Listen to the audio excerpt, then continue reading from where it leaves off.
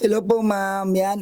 Tanong ko lang po sa inyo ma'am na dito po sa anomalya po sa flood control, meron parehas pong merong investigasyon ang Senado at ang Kongreso. Na sa Senado po, ang nag-imbestiga po dito ay ang Blue Ribbon Committee, which is si Marcoleta, ang grupo ni Marcoleta. At sa Congress din po, nagkaroon din po sila ng investigasyon. Para sa inyo po ma'am, saan po ba kayo mas nagtitiwala? Sa Senado po ba? Sa Blue Ribbon Committee o sa Congress po? Magandang katanungan yan, sir, 'no.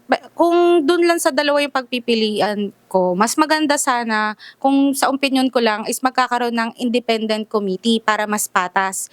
Pero kung yung dalawa lang talaga yung pagpipilian, dun na ako sa, Congress. Kasi nung, Quadcom marami talaga silang napatunayan. Ang pinakamaganda dito is may transparency.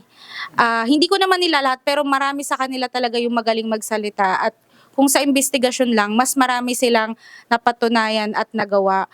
Do'n kasi sa Senado, sa mga napanood ko, hindi lahat.